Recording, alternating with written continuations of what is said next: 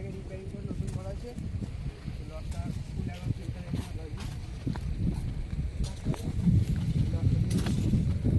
একটু বাইরের দিকে পরিবেশগুলো কত সুন্দর, একদম সুন্দর পরিবেশ। আর এইদিকে কাজ চলছে, বালি ইট বালি সিমেন্ট তোলার। এই লজের যে ভিউটা অসাধারণ,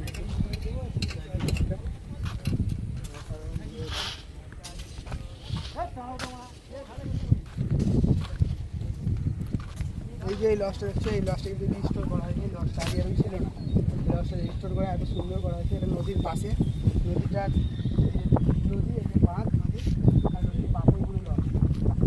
আমরা এবার এগিয়ে যাও। লজের এই সাইডে চলে এসেছি আমরা হাঁটতে হাঁটতে। এই লজের এখানে দেখতে পাচ্ছ সোফা রাখা আছে, সোফা বসার জন্য গেস্টদের। তো লজটা কত সুন্দরভাবে সাজানো হয়েছে দেখতে পাচ্ছ লজটা, লজের ফুল ভিউ। তো দেখে নাও পেছন দিক থেকে পুরো। তো লজটা ফুললি রিস্টোর করা হয়েছে, অনেক বড় লজ। ওইদিকে একটা ঝিল আছে, এই যে এটা ঝিল। আর এখানে একটি লজ আছে। এই লজগুলো দেখতে হচ্ছে ছোটোখাটোর মধ্যে খুব সুন্দর, এগুলো ভাড়া পাওয়া যায় ছোটোখাটোর মধ্যে, খুব সুন্দর। এই সামনেটা দেখানো নদীর যে ভিউটা, ওটা অসাধারণ। কিছু গাছ আছে, নদীর নোনা গাছ, নোনা এলাকার গাছ। এই বাঁধের এই রাস্তা, কত সুন্দর জায়গাটা। এখন জোয়ার উঠেছে, তাই জন্য জল আছে, নয়তো এই ঘাটগুলো একটু ভেসে থাকে। হাঁটতে হাঁটতে আমরা কিছু সামনে চলেছি। তো সামনের এই যে পরিবেশটা দেখতে পাচ্ছ, এখানে ধান চাষ হচ্ছে, কত সুন্দর। এই যে আকাশটা দেখো, নীল আকাশ, এদিকে ভেড়া চড়ছে কিছু, জায়গাটা কি সুন্দর। তো আমরা হাঁটতে হাঁটতে একটা দিদার সঙ্গে দেখা হয়েছে। তো দিদাকে আমি কিছু প্রশ্ন করবো। দিদা, তুমি যেখানে থাকো যে নদীর পাশে, তোমার ভয় লাগে না? আমাদের ভয় লাগলেও কিছু করার নেই, আমাদের এখানে সব সময় বাস করতে হয়। আর ওই যে ওই পাশে জঙ্গলটা আছে, দেখো জঙ্গলটা, জঙ্গল আছে, সেই জঙ্গলে বাঘ ভাল্লুক সবই আসতো। এখন ঘেরা দেওয়া আছে, সেই বাঘ ভাল্লুক। আগে যখন যে বাঘ আসতো তখন কি তোমার ভয়টা লাগতো না? আমরা ঘরে থাকতাম। আর বন্যা হওয়ার সময় তোমাদের কোনো অসুবিধা হয় না? যখন বন্যার সময় আমরা তখন অসুবিধা দিই, আমাদের তো কিছুই থাকে না, আমাদের তো সব জলে ভেসে যায়। আর এই তুমি এখন কি কাজ করো আপাতত? এখন আমরা এই ছাগল ধরা পুষি, লোকের হোটেল পাটে কাজকর্ম করি। ধন্যবাদ। এগিয়ে আসলাম, এগিয়ে এসে দেখলাম এখানে একটা বাড়ি, ভাঙা বাড়ি। যেহেতু ভাঙা বাড়ি পড়ে আছে, তো বাড়িটার কাছে আমরা একটু যাই।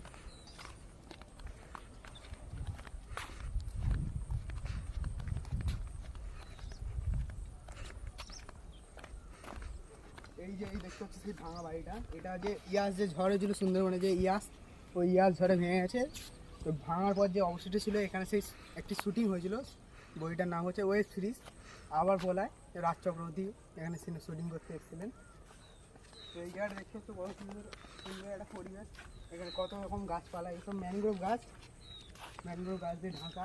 এখন ভাঙচুর হওয়ার জন্য এখানে কোনো লোক যাতায়াত করে না এই জায়গাটায়।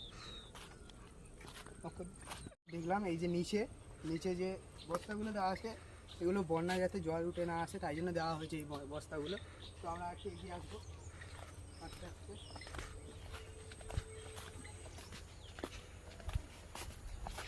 তো এই জায়গাটার কথা বলি, এই জায়গাটা দেখতে পাচ্ছ কত সুন্দর। ওই পাশে এই গ্রাম আছে, কিছু বাড়ি দেখা যাচ্ছে। আর এই পাশটা পুরোটা জঙ্গল, এই পাশটা পুরো ম্যানগ্রোভ গাছের জঙ্গল। এখন জোয়ারের কারণে জল উঠে এসছে, আর যখন পুরো জোয়ার ওঠে তখন এত দূর জল উঠে আসে, তাই জন্য এই বস্তাগুলো দেওয়া হয়েছে।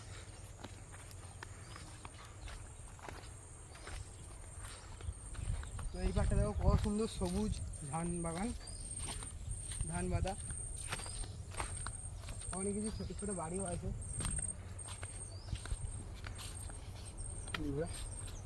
তো এই পাশে যে পোস্টারটা দেখতে পাচ্ছ ওই দূরে, আগে কিন্তু যে নদীর বাঁধ, ওইটা ওইখান থেকে ছিল। যে ইয়াসের যে ঝড়টা হওয়ার কারণে বাঁধটা ভেঙে এত দূর চলে এসেছে।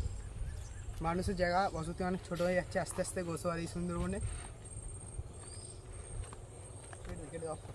মুখটা বা শেষ মাথা যেখানে জঙ্গল একদম পরিষ্কার, গাছটা এগিয়ে তাকাবো, ওখানে একটা বোর্ড যাচ্ছে, ওটা ইয়ার সোনার বাংলা লজের পার্সোনাল ইয়ার।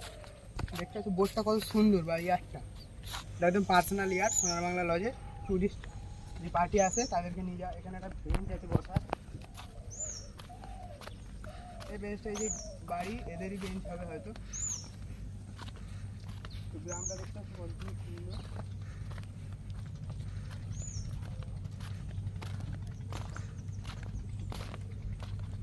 এখান থেকে যতদূরই দেখা যাচ্ছে পুরোটাই নদী।